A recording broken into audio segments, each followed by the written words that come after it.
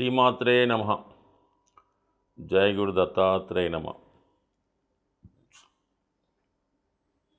ఈ వీడియోలో మనం ధనుసు రాశి వారికి లేదా ధనుసు లగ్నం వాళ్ళకి ఏ విషయాల్లో వీళ్ళం జాగ్రత్తగా ఉండాలి, ఎప్పుడు ఎటువంటి నిర్ణయం తీసుకుంటే జీవితంలో అదృష్టాన్ని సాధించవచ్చు అన్న విషయాన్ని మనం తెలుసుకునే ప్రయత్నం చేద్దాం. ధనుస్సు రాశి బచక్రంలో 9వ రాశి. అంటే ఇది భాగ్యరాశి, అదృష్ట రాశి. సో ఏ జాతకంలో అయినా భాగ్యస్థానం అంటే 9వ స్థానం బలంగా ఉంటే ఆ జాతకం ఖచ్చితంగా సక్సెస్ఫుల్గా వెళ్ళడం జరుగుతుంటుంది. అంటే ఎన్ని ఉన్నా కూడా జాతకుడికి అదృష్టం ఉండాలంటారు. అటువంటి అదృష్టాన్ని ఇచ్చే భాగ్యరాశి ఈ ధనుసు రాశి.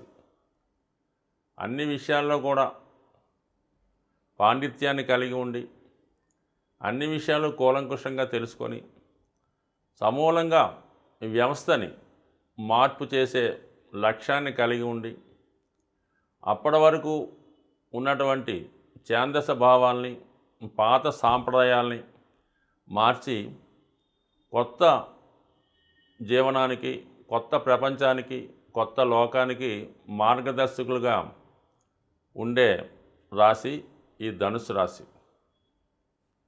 ఈ అగ్నితత్వ రాశి అవడం వల్ల వీళ్ళు తీసుకునే నిర్ణయాలు చాలా ధైర్యంగా, సాహసంగా ఉంటాయి. ఎటువంటి పరిస్థితుల్లో కూడా ధర్మాన్ని రక్షించే ఉద్దేశంతో ఎంత పెద్దవారినైనా ఎదిరించే సాహసవంతులు ఈ లగ్నం లేదా ఈ రాశిలో జన్మించడం జరుగుతుంటుంది. అల్లూరి సీతారామరాజు గారు కానీ, భగత్ సింగ్ గారు కానీ, స్వామి వివేకానంద కానీ అటువంటి దేశ రక్షకులు కానీ, మేధావులు కానీ ఈ రాశి సంబంధం ఉండగా జన్మించడం జరుగుతూ ఉంటుంది. ఎక్కువ ఫ్రీడమ్ ఫైటర్స్గా స్వేచ్ఛని కోరుకుంటుంటారు అన్నమాట. అది ఏమాత్రం కూడా దాసోహం అవ్వకుండా, ఎవరికి లొంగి ఉండకుండా స్వతంత్రాన్ని కోరుకునే రాశి ధనుసు రాశి. సో ఈ రాశిలో ఉన్నటువంటి నక్షత్రాలు మనం గమనిస్తే మరి మొట్టమొదటిగా ఈ రాశికి ప్రతీకగా నిలిచే నక్షత్రం మూలా నక్షత్రం. మోస్ట్ పవర్ఫుల్ స్టార్ మాట ఇది.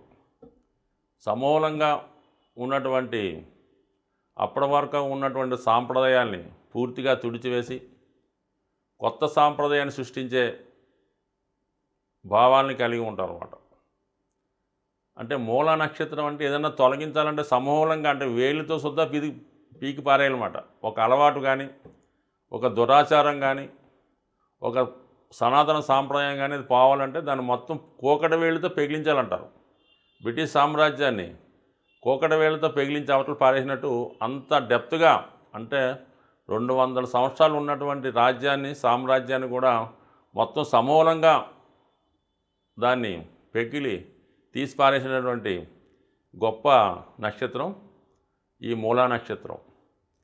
ఈ మూలా నక్షత్రంలో పుట్టిన వాళ్ళతో కొంత గండం ఉందని చెప్తూ ఉంటారు. గండం అంటే ఇదే గండం అన్నమాట. వాళ్ళు అప్పటిదాకా ఉన్నటువంటి సాంప్రదాయాల్ని తుడిచి పారేస్తూ ఉంటారు, ఛాందస భావాల్ని మార్చివేస్తుంటారు, కొత్త సామ్రాజ్యానికి, కొత్త ఆలోచనలకి, కొత్త అలవాట్లకి నాందిబాటు పలుకుతూ ఉంటారు. ఒక కుటుంబంలో ఈ నక్షత్రంలో ఒక జాతకుడు అమ్మాయి కానీ అబ్బాయి కానీ జన్మిస్తే అప్పటిదాకా ఉన్నటువంటి వాళ్ళ యొక్క కష్టాలు, నష్టాలు, సుఖాలు సమూలంగా నాశనం అవడం జరుగుతుంటుంది. ఈ నక్షత్రానికి అధిపతిగా నిరుతి అనే రాక్షసుడని, లేదా కాళీమాత అంటే ప్రళయశక్తి అయినటువంటి కాళీమాత కానీ, అలాగే జ్యేష్ఠాదేవి కానీ, ఇలాగ అనేక రకాలుగా చెప్తూ ఉంటారు. అంటే ఈ నక్షత్రంలో జన్మించిన వాళ్ళ మూలన ఉన్న వాళ్ళు ఏదో చనిపోతారంట. అంటే మూలన ఉండడం అంటే ఒక ఎవరుంటారు, మూలం రాక్షసులు, ఇలాగ సనాతన సాంప్రదాయం ఉన్నవాళ్ళు, కొంత ఈ అలక్ష్మి వంటి వాళ్ళు ఉంటారు. అవన్నీ కూడా సమూలంగా పోతాయన్నమాట. అంతే తప్ప మనుషులేం చచ్చిపోరు, పెద్దవాళ్ళకి ఏం ప్రమాదం ఉండదు. ఈ నక్షత్రంలో మీ కుటుంబంలో ఎవరన్నా జన్మిస్తే ఖచ్చితంగా రాబోయే తరంలో అంటే రాబోయే రోజుల్లో రాబోయే సంవత్సరాల్లో సమూలంగా మీ యొక్క కష్టాలు కానీ చికాకులు కానీ తొలగి కొత్త సామ్రాజ్యం, కొత్త ప్రపంచం, కొత్త అదృష్టం వస్తుందని భావించండి. వీళ్ళకి అనుకూలంగా మీరు అంటే వీళ్ళకి అటువంటి ఫీడింగ్ ప్రోత్సహిస్తే ఒక మంచి మేధావులు ఈ నక్షత్రంలో తయారై మీ యొక్క చికాకుల్ని కష్టాలని ఖచ్చితంగా తొలగించే ప్రయత్నం చేస్తారు. అటువంటి పవర్ఫుల్ నక్షత్రం ఈ మూలా నక్షత్రం. అంటే వీళ్ళు ఏదన్నా కూడా అన్యాయాన్ని సహించలేకపోతూ ఉంటారు అన్నమాట. సో ఆ విధంగా డిస్ట్రక్షన్ అన్నమాట. ఊరికే డిస్ట్రక్షన్కి మొత్తం సమూలంగా కొత్తగా ఒక మనిషి మారాలంటే పాత మనిషి చనిపోవాలన్నమాట. అప్పటిదాకా ఒక మంచి గౌతమ బుద్ధుడు గౌతమ బుద్ధుడిగా మారిన అంతకుముందు అతను ఒక చక్రవర్తి రాజు, అది గౌతమ బుద్ధుడిగా మారాడు. సో అలాగే ఏంటంటే ఒక మనిషి మారాలంటే తాను సంస్కరించుకోవాలంటే పాత ఆలోచనలు, పాత అలవాట్లు ఇవన్నీ కూడా సమూలంగా వదిలేయాలి, అంటే దాన్ని చంపేయాలి, అంటే కొత్తవాడు రావాలన్నమాట. సో ఈ విధంగా రావటం వల్ల ఈ నక్షత్రం అంత పవర్ఫుల్గా ఉంటుంది. అందుకని ఈ నక్షత్ర జాతకులు కూడా నూతన తరాన్ని ఎంకరేజ్ చేస్తూ ఉంటారు, కొత్త భావాల్ని ఎంకరేజ్ చేస్తుంటారు. అంటే అప్పుడు దాకా ఉన్నటువంటి సతీసాగమనం అవనివ్వండి, ఈ అలాగే వితంతువులుగా ఉండిపోవడం, ఇవన్నీ కూడా ఈ నక్షత్రంలో ఈ రాశిలో జన్మించిన వాళ్ళు దాన్ని మార్చుకుంటూ వచ్చారన్నమాట. 100% కానీ చాలామంది ఈ సంబంధం ఉన్నవాళ్ళు అప్పుడు దాకా ఉన్న దురాచారాన్ని ఖండించడం జరిగింది. ఇక పూర్వాషాఢ నక్షత్రం, దీనికి వాటర్ అంటే అఫా అనే ఆ దేవత, అధిదేవత, అది గంగాదేవిగా అని కొందరు వర్ణిస్తూ ఉంటారు. భీష్ముడు లాంటి మేధావులకి జన్మనిచ్చినటువంటి నక్షత్రం ఈ నక్షత్రం. ఇది అత్యంత మేధాశక్తిని కలిగి ఉన్నటువంటి నక్షత్రం అన్నమాట. దీనికి శుక్రుడు అధిపతి అయినప్పుడు కూడా ఈ నక్షత్రం మూలంగానే విఘ్నేశ్వరుడు భాగవతాన్ని రాయడం జరిగింది. సో అంత పవర్ఫుల్ నక్షత్రం ఇది. ఈ నక్షత్రంలో ఏదో గ్రహం ఉంటే ఖచ్చితంగా జాతకుడు జీవితంలో ఆర్థిక పరంగా చాలా డెవలప్మెంట్ అవ్వడం జరుగుతుంటుంది. అలాగే దాని తర్వాత ఉత్తరాషాఢం, అది రవి దానికి అధిపతి అవ్వడం జరుగుతుంటుంది. మొత్తం మీద ఈ మూల, పూర్వాషాఢ, ఉత్తరాషాఢ ఈ 3 నక్షత్రాలు సంయుక్త కలయిక ధనుసు రాశి. ఈ ధనుసు రాశి అగ్నితత్వ రాశి, ద్విస్వభావ రాశి, అంటే కాలానుగుణంగా మారుతూ ఉంటుందన్నమాట. ద్విస్వభావ రాశి అంటే కాలానుగుణంగా చేంజ్ అవుతూ నూతన తరానికి, రాబోయే తరానికి కొత్త ఫలితాన్ని అందిస్తూ ఉంటారు, పాత ఫలితాన్ని విడిచిపెడుతూ. సో ఆ విధంగా అటువంటి ఆలోచన. గురువు అధిపతి అవ్వడం వల్ల విద్యా సంబంధించిన విషయాలు ప్రతిదీ పరిశోధన అన్నమాట. వీళ్ళు ఈ లగ్నంలో జన్మించిన వారు లేదా ఈ రాశిలో జన్మించిన వారు చాలా లాంగ్ టర్మ్ గోల్ పెట్టుకుంటారు అన్నమాట. అది ఎన్ని సంవత్సరాలైనా కూడా దాన్ని అలా సాగుతూ ఉంటుంది అన్నమాట. పరిశోధన చేస్తూ ఉంటారు, దాని డెప్త్ కనుక్కుంటూ ఉంటారు. అటువంటి లాంగ్ టర్మ్ గోల్ పెట్టుకొని ఖచ్చితంగా అనుకున్నది సాధించే వరకు నిద్రపోయినట్టుగా ఈ జాతకం కనబడుతూ ఉంటుంది. అటువంటి వీళ్ళు నేర్చుకున్న విషయాన్ని 10 మందికి చెప్పడం, ఆదర్శవంతంగా ఉండే ప్రయత్నం చేస్తూ ఉంటారు. ధనాధిపతి, కుటుంబ స్థానాధిపతి శని భగవానుడు అవ్వడం వల్ల చాలామందికి ఈ ధనుసు రాశి, ధనుసు లగ్నంలో జన్మించిన వాళ్ళకి కొద్దిగా హంబుల్ బిగినింగ్ అది ఉంటుందన్నమాట. వీళ్ళ యొక్క డెవలప్మెంట్కి కుటుంబ సభ్యులు సరైన ప్రోత్సాహాన్ని ఇవ్వలేకపోతుంటారు. అది కొద్దిగా అప్పుడు ఉన్నటువంటి ఆర్థిక పరిస్థితులు బట్టి అవ్వచ్చు, వేరే కారణాలు అవ్వచ్చు. అంటే కుటుంబ స్థానం, ధనస్థానం శని భగవానుడికి రావడం వల్ల కొద్దిగా ఎకానమీగా ఉంటుంది. అంటే సరిపోయినట్టుగా వీళ్ళ యొక్క జీవితం నడుస్తూ ఉంటుంది బిగినింగ్ ఆఫ్ ది లైఫ్లో.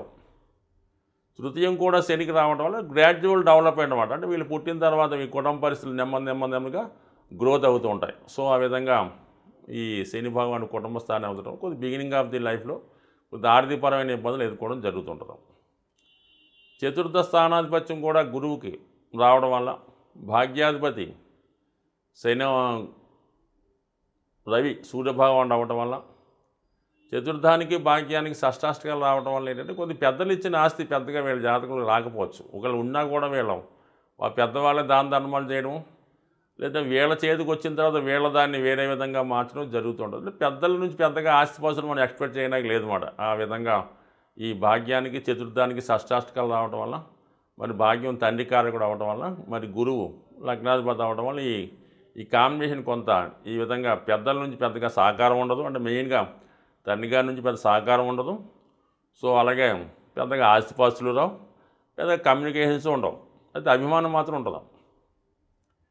పంచమ వ్యయాధిపతి కుజుడికి రావడం వల్ల కంపల్సరీగా సంతానం దూర ప్రాంతం వెళ్ళడం జరుగుతుంటుంది అన్నమాట. కొద్ది విదేశంలోనూ వేరే వేరే దూర ప్రాంతంలోనూ ఇతర రాష్ట్రాల్లోనూ విదేశంలో సెటిల్ అవ్వడం జరుగుతుంటుంది. పంచమాధిపతి వ్యయాధిపతి అవడం వల్ల. అయితే పంచమం లవ్ అఫేర్స్ కూడా చెప్తుందంట కాబట్టి మోస్ట్ ఆఫ్ ది ధనుసు రాశి జాతకులు లవ్ ఫెయిల్యూర్స్ ఉంటారన్నమాట. వాళ్ళు ఫస్ట్ని ఎవరైతే ఇష్టపడతారో ఎవరినైతే వివాహం చేసుకుందాం అనుకుంటారో ఆ వివాహం జరగదు. ఆ విధంగా లవ్ ఫెయిల్యూర్ అది ఉంటుంది.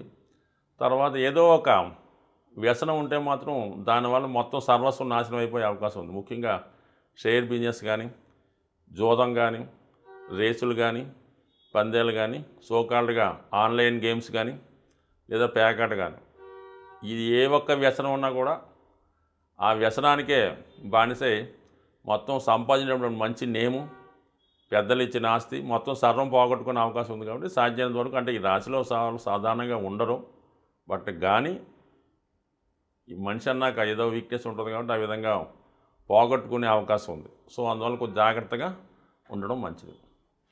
ఇక షష్ఠ లాభాధిపతి శుక్రుడికి రావడం వల్ల పొరపాటున ఒకసారి అప్పు చేస్తే మాత్రం జీవితంలో తీర్చే పరిస్థితి ఉండదు. స్త్రీలతో శత్రుత్వం ఉంటుంది. సొంత బంధువులే విరోధంగా మారే అవకాశం ఉంది. ఇక సప్తమ దశమాధిపతి బుధుడికి రావడం వల్ల వివాహ జీవితానికి ఉద్యోగానికి ముడిపడి ఉంటుందన్నమాట. వివాహం బాగుంటే ఉద్యోగం బాగుంటుంది, ఉద్యోగం బాగుంటే వివాహం బాగుంటుంది, లేదా రెండు పాడవుతాయి, లేదా రెండు బాగుంటాయి. ఆ విధంగా చాలా చికాకు అనిపిస్తుంటుంది ఈ జాతకుడికి. ఈ బుధుడు రెండు ఆధిపత్యాలు రావడం వల్ల, మరి బుధుడు వీక్ ప్లానెట్ అవ్వడం వల్ల ఏ గ్రహంతో కలిస్తే ఆ ప్లానెట్ ఫలితం ఇచ్చేస్తుంటాడు. ఆ కారణం వల్ల బుధుడు శనితో కలిసి ఉంటే మొత్తం వివాహ జీవితం పాడవుద్ది, వృత్తి ప్రవాహం పాడవుద్ది. ఒక్కో శని చూసినా పాడవుద్ది, కేతువుతో కలిసినా పాడవుద్ది, రాహుతో కలిసినా పాడవుద్ది, గురువుతో కలిస్తే కొంత అనుకూలంగా ఉంటుంది. సో ఈ విధంగా బుధుని స్థితి బట్టి ఈ రెండు కూడా యాక్ట్ చేస్తుంటాయి అన్నమాట. సాధారణంగా ఈ రెండు ఒక లింక్ అయి ఉంటాయి అన్నమాట. లాభాధిపతి శుక్రుడు అవ్వటం వల్ల ఏంటంటే మరి అప్పు విషయంలో తీర్చలేకపోతుంటారు. వ్యయాధిపతి కుజుడు కావటం వల్ల కొద్ది భూములు స్థిరాస్తులు కొనుక్కుంటే మంచి జరుగుతూ ఉంటుంది. ఈ రాశివారు జీవితంలో అభివృద్ధి చెందాలి అని అనుకున్న వాళ్ళు ఖచ్చితంగా ఎటువంటి వీక్నెస్ కూడా దూరంగా ఉండడం మంచిది. ఎటువంటి ప్రేమ అభిమానాలకి, అఫైర్స్కి దూరంగా ఉండడం మంచిది. ప్రతినిత్యం సూర్య నమస్కారం చేసుకోవడం, ఆదివారం నియమంగా ఉండడం, ఆదిత్య హృదయం చదువుకుంటే కంపల్సరీగా ఈ రాశివారు జీవితంలో మంచి మేధావులుగా, అందరికీ ఉపయోగపడే విధంగా 10 మందికి మార్గదర్శకులుగా నిలుస్తారని ఆశిస్తూ స్వస్తి.